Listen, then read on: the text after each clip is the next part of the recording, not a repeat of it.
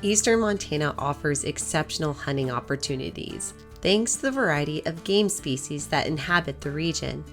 The expansive hunting grounds features less mountainous terrain, making it easier to pack out animals and providing better visibility for spotting your target. However, landowners who permit hunters to access their properties have some concerns that are unique in this area.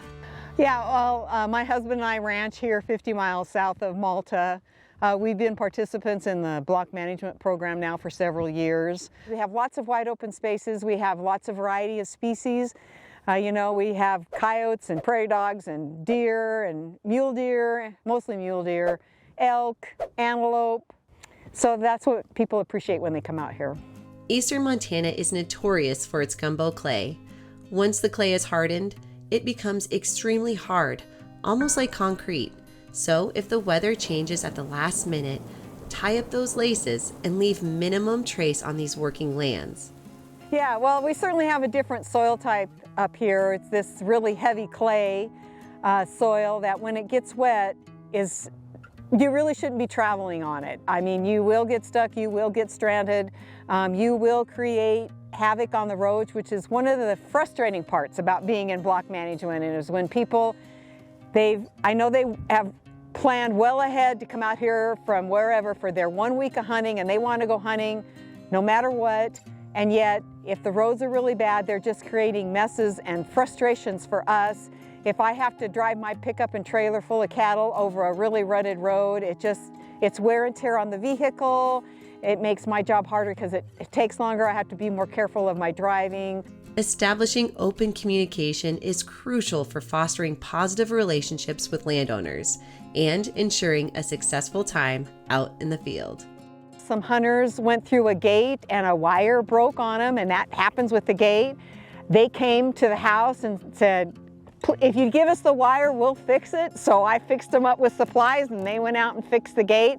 You love those kind of hunters. They're great to have around, and 99% of the hunters are that way, which is really appreciated. And that's part of why we continue to be in block management, is most people are good and behave. In this region, most of these private landowners have homes on their property where they raise their family and where they make their livelihood.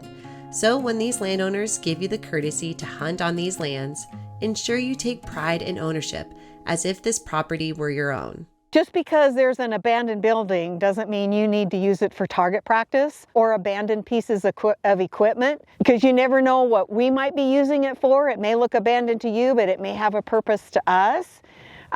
Be mindful this time when you come out in the fall of the year. Another thing that you'll see happening a lot is, and it can happen anywhere in the region, people are working their cattle. They're gathering them, they have them in a krail, they're running them through a chute to do a variety of practices to them. When you see those activities happening, it's probably best, if you can, to just steer clear, give it a wide berth.